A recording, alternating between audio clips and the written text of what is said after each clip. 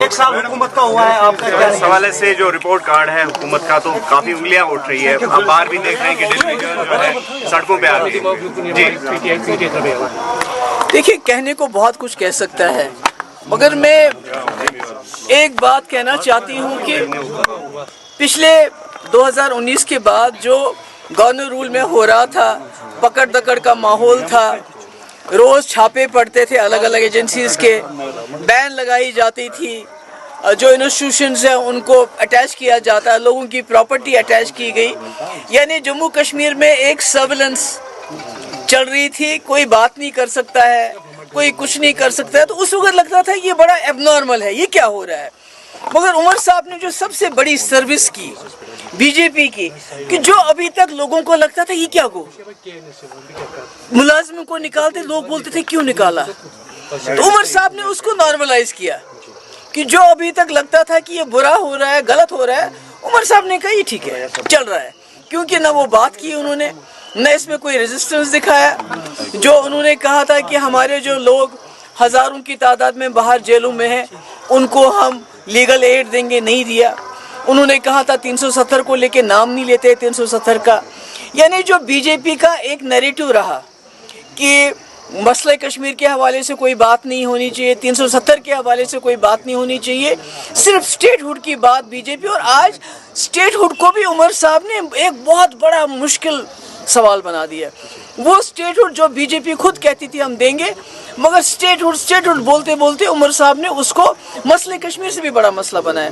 तो मैं समझती हूँ ये जम्मू कश्मीर के लोगों के साथ बहुत बड़ा धोखा है कि आज भी पकड़ दकड़ है, आज भी जमात इस्लामी के जो इंस्टीट्यूशन अटैच किए जाते हैं, हमारे स्कूल बंद किए गए, फलाह ट्रस्ट का जो इंस्टीट्यूशन है उसको टेक ओवर किया और यहाँ की जो मिनिस्टर है उसके सिग्नेचर से हुआ।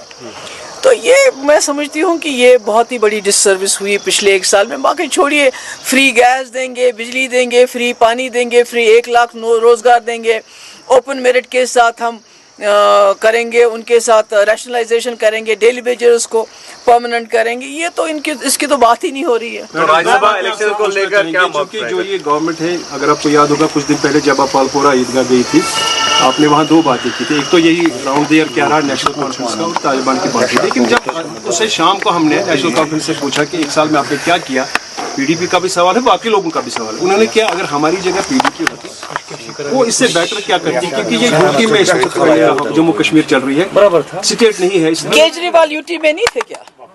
केजरीवाल में यूटी में रह के लोगों को फ्री बिजली नहीं दी, फ्री पानी नहीं दिया, स्कूलों को इम्प्रूव नहीं किया, हेल्थ सेंटर को इम्प्रूव नहीं किया, जो इलीगल कॉलोनीज थी उनको लीगलाइज किया, पूरी करप्शन को दूर कर दिया। तो मुझे लगता है केजरीवाल के तो सर पे ऐसे बंदूक रखी थी एलजी साहब ने, पर उसके बावजूद जितनी अच्छी, हमें केजरीवाल के पॉलिटिक्स के साथ बहुत उनके साथ एतराज़ात हैं, मगर अगर आप एज अ यूटी में जो उनकी गवर्नेंस देखेंगे वो तो एक मॉडल है। तो यहाँ तो किसी ने रोके नहीं उमर साहब के हाथ। वो अब फ्री गैस क्यों नहीं दे रहे हैं, वो विडो फंड को क्यों नहीं बढ़ा रहे हैं, किसने रोका है, वो फ्री पावर क्यों नहीं दे रहे हैं, पानी क्यों नहीं दे रहे हैं, रोजगार क्यों नहीं दे रहे हैं, जो रिजर्वेशन पे उन्होंने कमेटी बनाई उसकी रिपोर्ट आम क्यों नहीं कर रहे। मेरा ख्याल में ये ज्यादती है ये कहना कि हमारे पास स्टेटहुड नहीं है, वो एक मेरे ख्याल में बहाना है। राज्यसभा पोस्ट को लेकर क्या मौक़िफ़ रहेगा पीडीपी का, जिस तरह से सजाद लोन साहब ने जो है एब्सटेन करने का जो है ऐलान भी किया? देखिए, फारूक साहब ने मुझे फ़ोन किया, उन्होंने बोला कि हमें सपोर्ट की ज़रूरत है।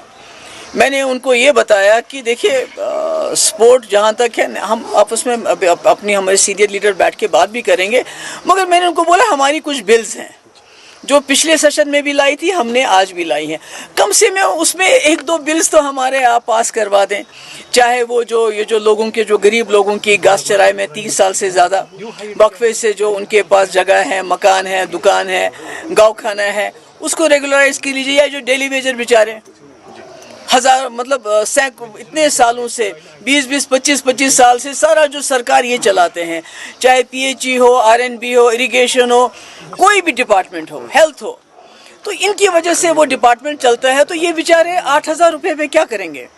तो अगर कम से कम ये 1-2 बिल्स में वो हमारी मदद करें, उसको पास होने में मदद करें, तो शायद हम सोच सकते हैं उस बारे में। Thank you so much.